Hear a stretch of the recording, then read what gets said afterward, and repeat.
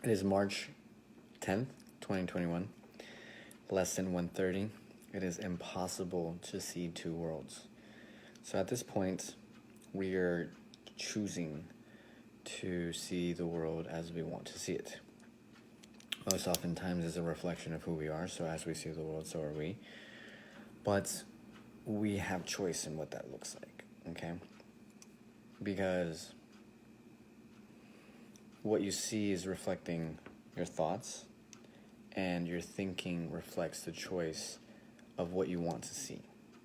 Okay, so as you see the world, you see your thinking and the biases and the limitations and the prejudices that you may have, and then your thinking reflects your choice, right? Because it's either that it's to your advantage or it's not towards your advantage, right?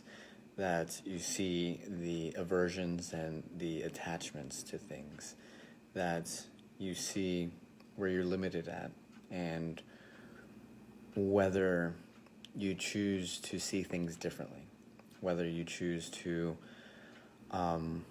be open-minded and get out of that smaller self. Because we have to see what we choose to think is real, okay? Because if we think that the world is in chaos and that, it's a dog-eat-dog world, then those are the rules that we're playing by, okay? You set the limitations for anything that you do, and that's basically what you do, especially when it comes to your paradigm. So being in gratitude raises the vibration, it raises the moment, if you want to call it that, and it allows you to actually see, okay, I get to do this, right? Not that I have to do this, not that I have to wake up and go to, it's like I get to do this because I'm seeing things differently. I'm choosing to see the world that I want to see rather than seeing a dualistic world, which is always limiting you because it's either good or bad, it's yin or yang, and it's very difficult for the integration of the information that is coming within you. Okay, so you have all this information from all the experiences that you have, and they haven't really conformed to create some form of self-fulfillment, right? They haven't really integrated within the body, within your psychic body, your energetic body, because of the limitations or the injustices or the grievances that you want to call it that. Because these are wounds, right? And as we hold on to these emotional wounds, it doesn't allow us to actually feel integrated, right? So the ego has created some form of identity from the humiliation, from the injustices, from any time you felt betrayed, abandoned, or even rejected. Okay, so these are the emotional traumas that we have. Okay, so why is that important to understand? Because again, those will always show up in every area of our lives. And until we allow ourselves to see things differently, then we're not seeing where the problem is being solved. Okay, because you're just going to live within that construct of whatever it is, okay? You may think that you have this all set out and understood very thoroughly, but what really happens is that you see more and more where you're limited at, okay? And that is the only process that we can go through to become unlimited, right? Limitless, right? And why is that? Because when you take in consideration self-fulfillment, you have to be able to know where it's coming from. Okay, it's coming from the inside. So first we start out with the idea of how we feel on the inside. If we are not at joy, ease, lightness, at peace with ourselves, with clarity, then there's something within ourselves that is not allowing us to have that clarity. Okay? It's supposed to be easy, right?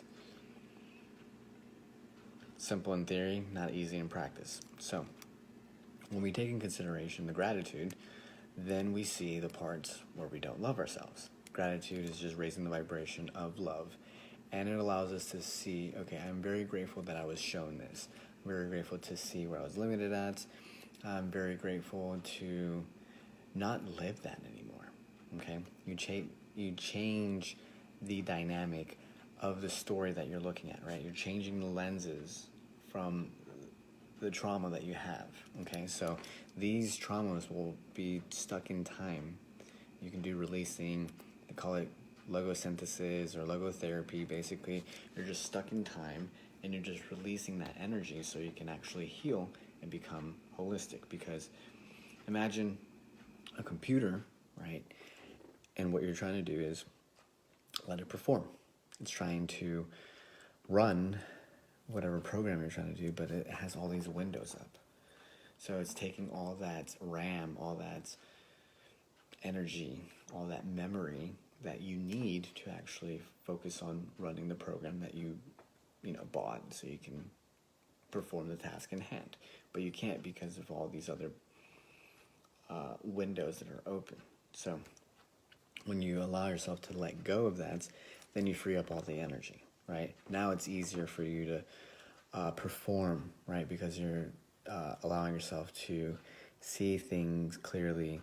It's easier for you to manifest because you don't have the emotional blocks. Things aren't weighing you down. You're not falling into these patterns of thought and emotion.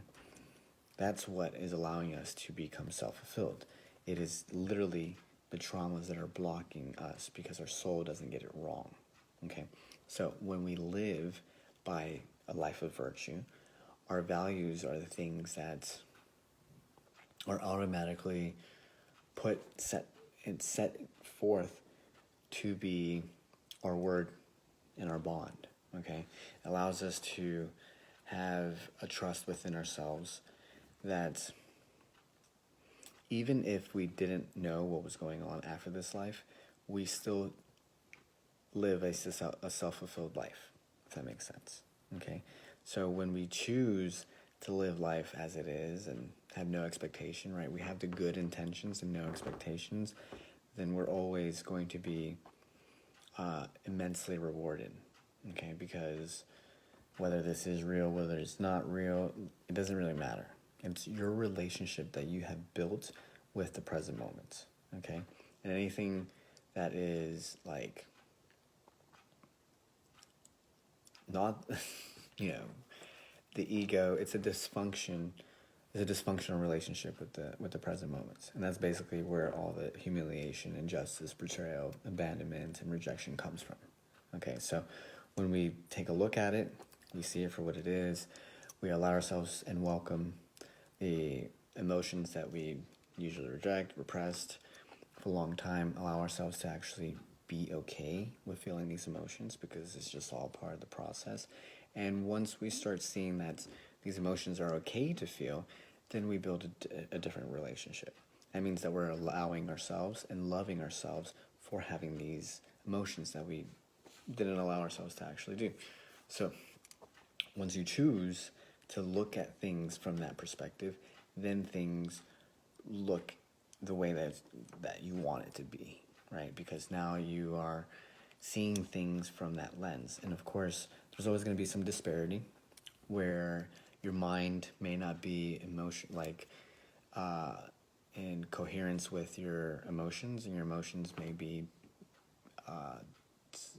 without sync. They're not in sync with your thoughts. So we have to be able to balance between the two, see where our thoughts are predominantly at, being aware of those, being the observer of that, and just practicing being present.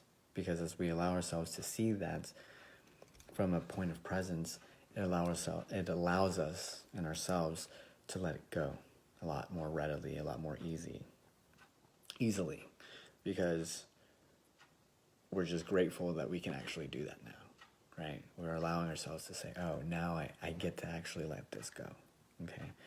And instead of like, oh, why am I revisiting these emotions, these memories? It's because it's time, right? So once you allow yourself to be in the timeless, in the present moments, then time will allow you to heal the way that it's supposed to be, right? They say time heals.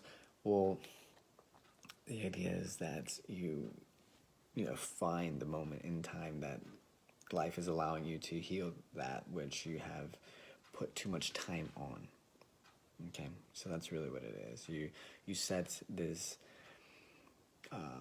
system of healing process and really didn't know that you could have healed right then and there, right? Because of our self-consciousness, and we derive meaning from the results that we have. So once we let all that go and just choose to live in a new world, right, in a new earth, then you are now allowing yourself to be open to the new information that's coming in, because it's not being filtered out through this dualistic perspective.